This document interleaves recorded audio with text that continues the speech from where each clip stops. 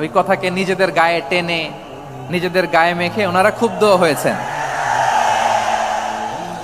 প্রিয় ভাইয়েরা, আমি বলেছিলাম যে একদল খেয়ে গিয়েছে, আরেক দল খাওয়ার জন্য রেডি হয়ে আছে।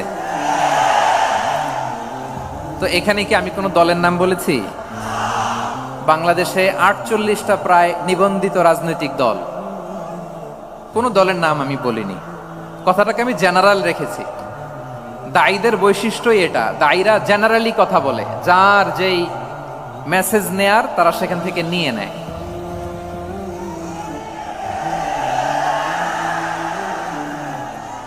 তো কোন দল এটা নিয়ে কোনো কথা বলল না, আপনারা এটাকে নিজের গায়ে যে মাখালেন, এটা ঠিক হয়নি। আমি বলবো যে এটা খুবই অনভিপ্রেত হয়েছে। কোন দলকে টার্গেট করে বা কোন দলের পক্ষে আমরা কখনো কথা বলি না। আমরা কোরআনের পক্ষে কথা বলি, ইসলামের পক্ষে কথা বলি, ঠিক কিনা বলেন? সো একটা জেনারেল কথাকে যদি আমার রাজনীতিবিদ বন্ধুরা নিজেদের গায়ে মাখেন, ক্ষুব্ধ প্রতিক্রিয়া জানান, এতে করে সাধারণ জনগণের কাছে একটা নেগেটিভ মেসেজ যাবে ওনাদের ব্যাপারে। এটা হোক আমরা চাই না। এদেশের